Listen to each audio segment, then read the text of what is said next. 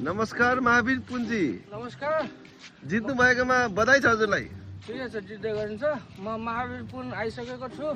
म चाहिँ यहाँ माग्न आएको, तपाईँहरूले दिइदिनुहोस्, नदिनुहोस्। भोट त हामीले दिइसक्यो पुन्जी, अरू पनि केही पाउनु पर्ने छ कि हजुरले अब? ए भाइ, भोट माग्दा माग्दै थाक्यो।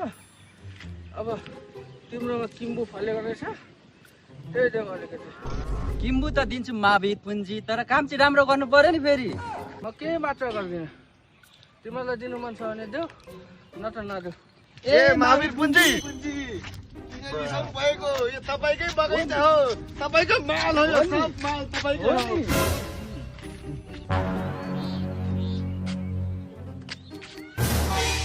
मलाई किन ढलेको? ए भाइ, तिमी नगरौ, तिमी जाऊ।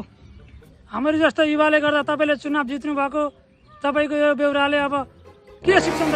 यस्तो बेउराले युवाहरूले अब जेसुकै सिकोस् भन्न चाहन्छु। यस्तो गरेर देशको विकास हुन्छ।